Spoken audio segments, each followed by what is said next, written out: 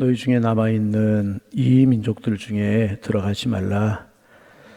그들의 신들의 이름을 부르지 말라. 그들을 가리켜 맹세하지 말라. 또 그것을 섬겨서 그들에게 절하지 말라.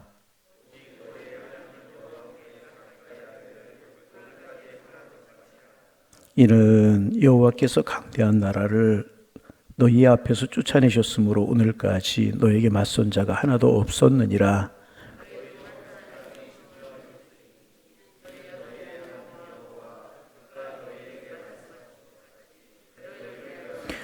그러므로 스스로 조심하여 너희의 하나님 여호와를 사랑하라.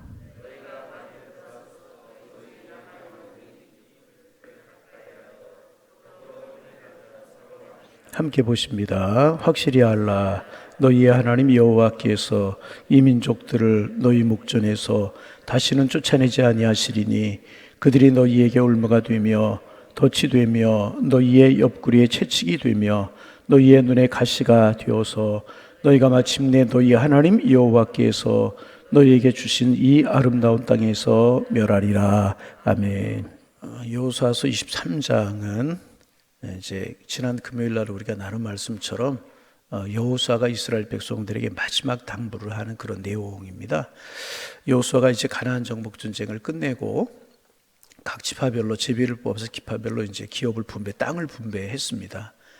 그러는 사이에 여호수아가 이제 나이가 들게 되었고 사역을 마무리할 때가 되었습니다. 그래서 이스라엘 백성들을 모아놓고 마지막 당부, 그러니까 이제 이것을 명칭해서 여호수아의 고별 설교다. 이제 그렇게 이름을 붙입니다. 여러 가지를 이제 이스라엘 백성들이 마지막 당부를 하는데 우리가 지난 금요일 날 1절부터 6절까지 나누었고 오늘은 이제 7절 이하의 말씀을 나누게 됩니다. 여러분, 하나님이 가장 싫어하시는 두 가지가 있어요. 하나님이 가장 싫어하시는 두 가지가 있어요. 하나는 우상 숭배, 하나님 외에 다른 것을 섬기는 것. 두 번째는 음란한 것, 가장 싫어하는 것입니다. 그래서 이스라엘 백성들이 가나안 땅을 정복하고 가나안 땅에 사는 목적은 무엇인가? 단순히 그 땅에 잘 살고 잘 먹고 잘 입고 사는 것이 아니라 그 땅에 있는 우상과 음란 문화를 파괴하는 것입니다. 그래서 이스라엘 백성들은 우상을 섬기는 문화나 음란한 문화는 끝까지 싸워야 되는 것입니다. 이것은 오늘 우리도 마찬가지. 오늘도 마찬가지. 하나님이 가장 싫어하시는 것이 우상 숭배와 음란입니다. 하나님의 사람들이 이 땅에서 끝까지 그것과 싸워서 몰아내야 되는데, 그런데 문제가 있습니다. 무슨 문제가 있냐 하면 이런 것들이 이스라엘 백성들에게나 우리에게 호기심을 불러일으킨다는 거예요. 자꾸 우리에게 호기심을 불러일으키. 이것을 명칭하면 죄스러운 호기심이다. 좋은 호기심이 아니라 죄스러운 호기심을 자꾸 불러일으키게 되는 것입니다.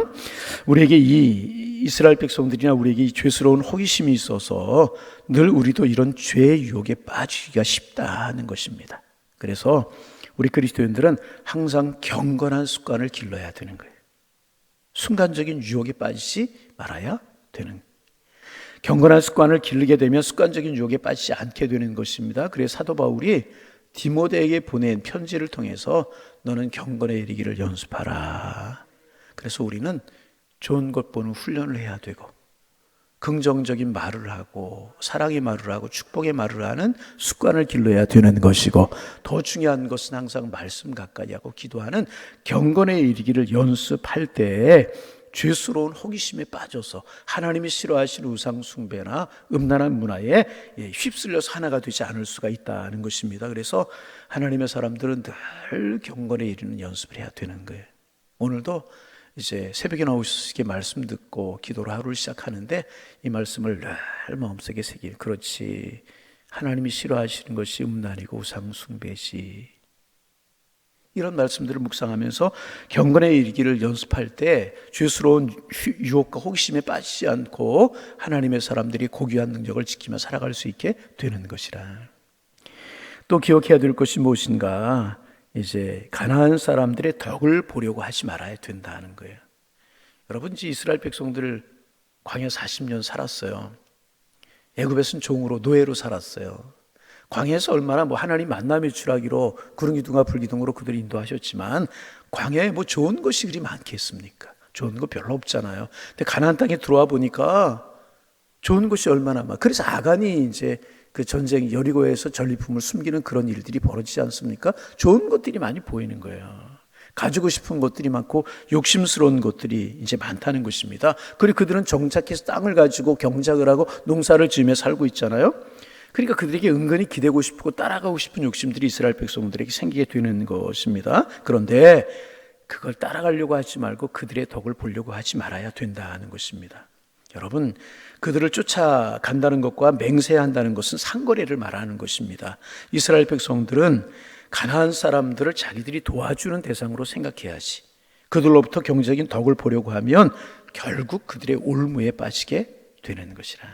여러분, 우리가 세상을 살아가면서 이 세상에서 필요한 것을 우리가 얻어요. 그렇죠? 우리가 이 두 발로 이 땅을 디디고 살아가기 때문에 이 세상에서 사람들이 공장에서 만들어낸 것을 우리가 사다 쓰고 농사를 진 것을 사다가 먹고 이 세상에서 우리가 필요한 것을 얻습니다. 그러나 그것은 어디까지나 하나님이 주신 거예요. 그것이 하나님이 주신 것이라고 생각해야지 세상이 주는 것이라고 생각하면 안 된다는 거예요. 할렐루야. 하나님이 주신 것이라고 생각해요. 그렇게 살아가면 하나님 우리에게 필요한 것을 공급해 주신다는 거예요. 비록 세상에 살고 세상에서 필요한 것을 얻고 살아가지만 하나님이 주신 것이라고 생각해요. 이스라엘 백성들이 가나안 땅에 들어가 보니까 좋은 것들, 농사 너무나 많은 거예요. 덕을 보려고 하고. 그들이 영적으로 그들을 공급해서 복음을 주고 사랑을 주고 하나님의 은혜를 주고, 오늘도 우리 마찬가지 덕을 보려고 하지 말고 세상을 돕는, 영적으로 돕는 역할을 하나님의 사람들이 해야 될 것이라. 어디에 계시든지 어디서 일을 하든지 덕을 보려고 하는 것이 아니라 그들에게 영적으로 덕을 주고 은혜를 주고 축복의 통로가 되어서 우리로 하여금 하나님의 축복이 그들에게 흘러가게 해야 되는 것, 이것이 이스라엘 백성들의 사명이고 우리의 사명이라는 것입니다. 어떻게 할 수 있는가? 하나님이 함께 하시면 할 수 있다. 또 하나, 나의 힘으로 싸우려고 하지 말아야 된다는 것입니다. 하나님의 도우심을 의지하는 것이 당연한 이야기지만 승리의 비결이라는 것입니다. 어떻게 하면 하나님의 도우심을 얻을 수 있습니까? 내가 결코 하나님 앞서지 않는 것입니다. 가장 중요한 것이 나에 대한 하나님의 뜻이 있다는 사실을 기억하는 거예요. 나에 대한 하나님의 뜻이 있다. 내가 지금 잘하고 있으나 못하고 있으나 모든 것이 하나님이 붙잡고 계시다는 사실을 늘 기억해야 돼요. 하나님이 늘 나와 함께 하신다. 오늘도 여러분 하나님이 함께 하시고 하나님이 여러분을 붙들고 계시는 줄로 믿습니다. 그리고 하나님의 뜻이 아닌 것부터 하나씩 하나씩 내 삶에서 제거해 나가야 되는 거예요. 참 보면 이게 사람의 사고가 잘 안 바뀌는 것 같아요. 부정적인 사람은 신앙적인 10년에도 20년에도 안 바뀌는 경우가 참 많아요. 늘 부정적으로 말하고 부정적으로 본인이 뭐 주관해야만 하고 안 하고, 이게 잘 안 바뀌어요. 부정적인 또 죄가 되는 것, 부정적인 것, 그 하나님의 말씀에 이제 반하는 것부터 하나하나 우리의 삶에서 제거해 삶에서, 그래야 이제 되는 것입니다. 그런 뒤에 하나님이 기뻐하신다고 생각하는 것을 열심히 하는 거예요. 그래서 여호수아는 가나안 사람과 가까이 하지 말고 하나님을 친근히 해라, 그렇게 말하고 있어요. 가나안 사람 가까이 하지 마는 것이 무엇입니까? 하나님이 싫어하는 우상적인 문화, 음란 문화, 부정적인 것, 죄가 되는 것 멀리하라는 거예요. 이거. 그 다음에 무엇을 하느냐? 하나님을 가까이 하고 하나님을 친근히 해라. 그렇게, 그 말씀이 8절 말씀입니다. 같이 한번 읽어봅니다. 읽습니다. 오직 너희 하나님 여호와께 가까이 하기를 오늘까지 행한 것 같이 하라. 그런데 8절 말씀하기 전에 7절에 뭐라고 이야기하고 있는가? 그들의 신들의 이름을 부르지 말라. 그것들을 가리켜 맹세하지 말라. 그것들을 섬겨 그것들이 절하지 말라. 부정적인 거, 우상숭배, 음란 문화를 멀리해라. 그리고 19절에서는 오직 하나님을 가까이 해라. 그렇게 이야기하고 있는. 그런데 여러분, 우리가에게 걱정거리가 있어요. 늘 이제 하나님의 사람들 걱정거리가, 하나님을 너무 가까이 하면 세상이 완전히 세상에서 우리가 낙후가 될 것처럼 생각할 때 있다는 거예요. 예를 들면 이런 것이죠. 이제 입시생들 고등학교 들어가면 아이들이 공부 때문에 바쁘잖아요. 이제 시험 때가 찾아오고 그래요. 그럼 시험 때가 되면 우리 중고등부 아이들 출석이 확 줄어요. 그리고 이제 주일날 학원이 간다 그러면 주일날 교회를 안 나와요. 신앙생활 잘하는 부모님들조차도 주일날 되면 학원에 가기를 원하는 경우가 있다는 거죠. 교회 가면, 학원에 안 가고 교회 가면 성적이 떨어지고 낙오가 될 것처럼 생각할 때가 있다는 거예요. 여러분, 그 아이의 진로를 누가 책임지세요? 하나님 책임입니다. 아멘. 사업을 하는 건 마찬가지예요. 사업을 하는데 적당히 뒷거래하고, 많이 그런 거 좀 없어졌지만 적당히 가서 함께 술 마시고 로비하고 그래야 사업을 할 수 있고, 그렇지 않으면 사업 안 될 것처럼 생각해서 세상에 낙오자가 되기 쉬운 것처럼 생각할 때 있다는 거죠. 직장 생활을 하면 적당히 안 믿는 사람하고 어울려 술 한잔하고 한두 잔하고, 교회 와서는 거룩하고 직분 갖고 그러지만 세상에 나가서는 술 한잔하고 어울려서 가지 못할 때 갈 때 적당히 어울리고 그래야 세상에서 낙오자가 안 될 것처럼 생각할 때가 있다는 거죠. 그러나 여러분, 하나님의 사람들은 단호해야 됩니다. 하나님만을 의지하리라. 겨울 누가 복을 주셔야 돼요? 하나님의 복을 주셔야 돼요. 누가 함께 하셔야 돼요? 하나님. 여러분, 하나님의 사람들 두려워하지 말아야 되는 것입니다. 왜냐하면 하나님의 말씀을 붙드는 사람은요, 바닥에 떨어질 수도 있어요. 그러나 믿어야 될 것 반드시 다시 올라오게 되어 있다는. 그리고 다시 올라오면 온 세상이 두려워하는 능력의 사람이 되게 되는 것입니다. 여러분, 우리 요셉이나 다니엘에게서 이 예를 찾을 수 있잖아요. 요셉 완전히 바닥에 떨어졌잖아요. 노예로 팔려가요. 그것도 못해가지고 누명을 쓰잖아요. 보디발의 아내가 죄짓자고 유혹하잖아요. 적당히 죄 지을 수도 있잖아요. 보는 사람도 없고 아는 사람도 없는데 적당히 죄 지으면 더 그 집에서 노침을 받고 더 사랑을 받고 좋은 옷 입고 좋은 음식 먹고 살 수 있을 거예요. 그러나 내가 하나님 앞에 득죄할 수 없다. 이것은 하나님 앞에서의 문제다. 당신과 나의 문제가 아니고 보디발의 주인과의 문제가 아니고 하나님과의 문제다. 내가 하나님 앞에서 득죄하리까. 믿음의 정도를 지키잖아요. 신앙을 지키잖아요. 그래서 어떻게 됐어요? 감옥에 떨어지잖아요. 가장 인간이 떨어질 수 있는 낮은 밑바닥이 떨어지잖아요. 정치범들이나 가두는 토굴과 같은 감옥, 한 번 들어가면 언제 나올지 기약이 없는 그 감옥의 토굴에 떨어지잖아요. 그런데 그 요셉이 어떻게 되었나요? 그래서 결국 피를 토하고 죽고 말았어요? 그래서 감옥에서 나오지 못하고 죽고 말았습니까? 아니잖아요. 역전되잖아요. 하나님이 요셉을 높이시잖아요. 더 높아질 수 없는 자리에까지 올라가잖아요. 애굽 사람들을 살리고 아버지의 집을 살리는 놀라운 역사를 하나님이 요셉을 통해서 이루시잖아요. 이거 하나님의 사람들을 믿어야 돼요. 너무 하나님 가까이 하면, 내가 신앙으로 빠지면 세상에 도태되고 세상에 나가도 에이 그거 옛날 얘기지, 적당히 술도 한잔하고 적당히 가지 못할 때 올려서 가고 적당히 뇌물도 주고 이래야지 세상을 살아갈 수 있지, 아니 주일날 무슨 교회야, 애가 학원에 가야지, 아니라는 것입니다. 여러분, 하나님이 세우셔야 세울 수 있다는 거예요. 할렐루야. 믿음의 절개, 적당하니까. 박쥐처럼, 우리 박쥐 이야기 알잖아요. 들짐승들과 낯질승들이 싸움이 전쟁이 벌어졌어요. 근데 박쥐라는 놈이 가만히 보니까 어떨 때는 날짐승이 우세하거든요. 그럼 난 날짐승이다. 왜? 날개가 있잖아요. 또 싸우다 보면 들짐승이 우세하거든요. 그럼 또 다리가 있고 그러잖아요. 나는 들짐승이다. 편리한 대로 여기 붙고 저기 붙고 그러는 거예요. 가만히 보니까 박쥐가 이렇게 그러거든요. 이리 붙었다 저리 붙었다. 이렇게 잠깐 전쟁이 휴전될 때 보니까 박쥐가 그렇더라는 거예요. 그래서 날짐승에 쫓겨났고 결국은 들짐승에 쫓겨나고 그래가지고 어두컴컴한 토굴 속에 들어가 사는 박쥐가 되었다 그러잖아요. 이서부화의 동화에 나오는 그런 이야기잖아요. 여러분, 우리는 우리의 신분을 분명히 하고 우리가 무엇을 붙들어야 될지를 분명히 해야 하나님이 복을 주셔야 복이 되는 거예요. 다니엘이 그런 사람이었잖아요. 다니엘의 친구들이 그런 사람이었잖아요. 한 번만 절하면, 두 번도 아니에요, 한 번만 절하면 너희들에게 관직도 주고 출세길도 열리게 하겠다. 그러나 그렇지 않으면 푸른 불에 던져버리겠다. 사드락과 메삭과 아벳느고에게 협박하자. 느부갓네살왕이 어떻게 했나요? 어떻게 살아나? 다니엘이 어떻게 해서 사드락과 메삭과 아벳느고가 어떻게 했나요? 하나님께서 푸른 불에서 우리를 지켜주실 것이고, 그 다음 말씀이 중요하죠. 그리하지 아니하실지라도, 우리가 풀무불에 죽는다고 할지라도 하나님을 버리고 우상에게 절하지 않겠다.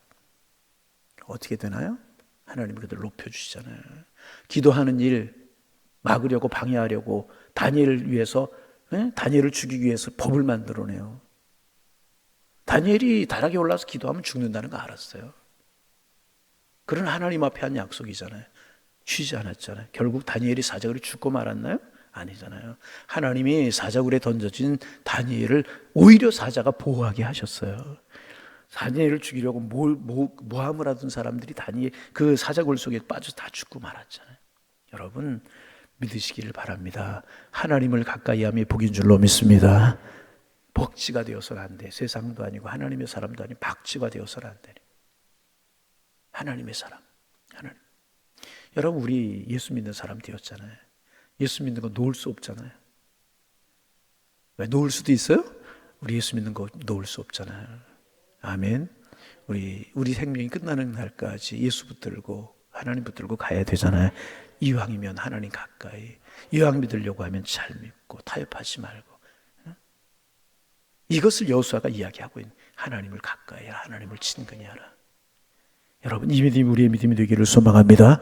9절 말씀 읽어봅니다. 읽습니다. 이는 여호와께서 강대한 나라들을 너희 앞에 쫓아내셨으므로 오늘까지 너에게 맞선 자가 하나도 없어. 실제로 가나안 정복 전쟁 보세요. 이스라엘을 이긴 나라가 하나도 없잖아요. 그 이유가 어디에 있습니까? 하나님이 친히 그들과 싸우셨기 때문에.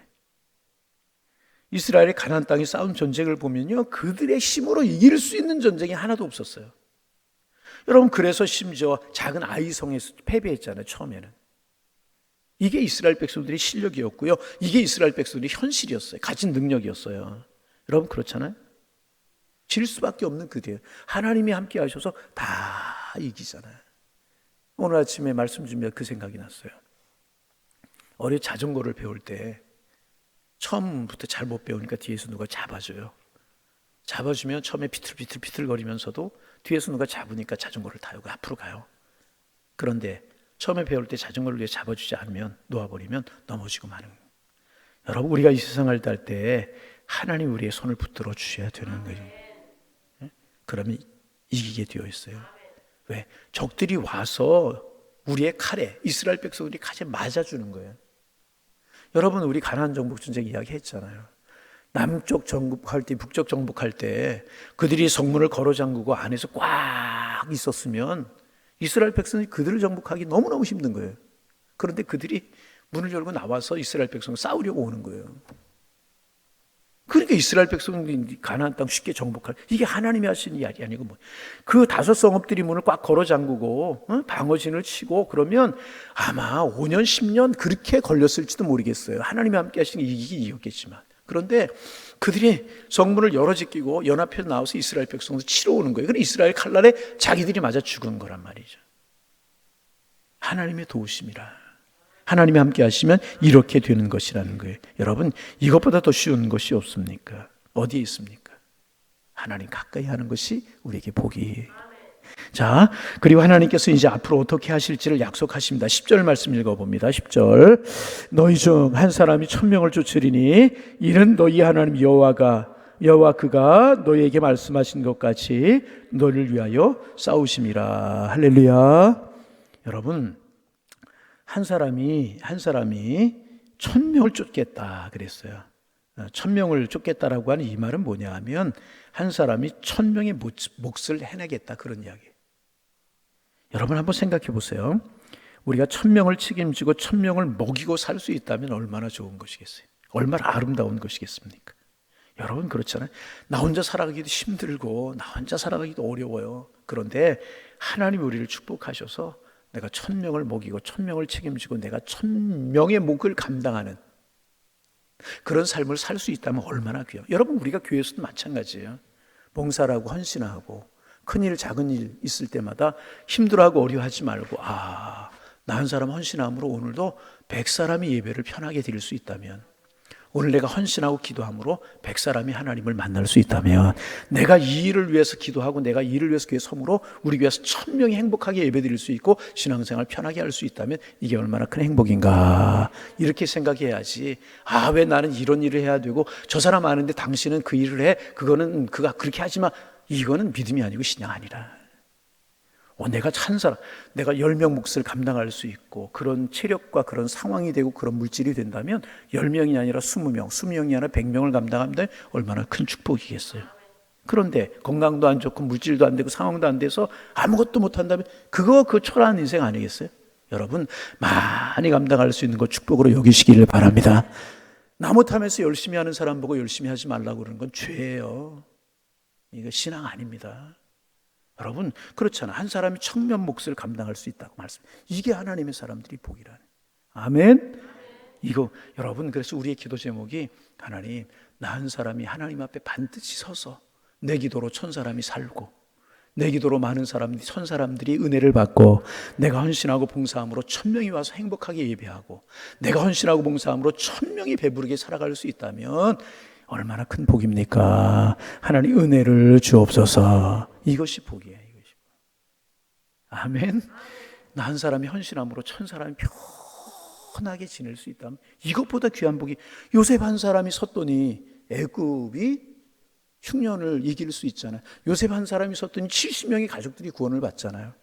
이게 성서적인 원리, 성서적인 원리, 성서적인 원리.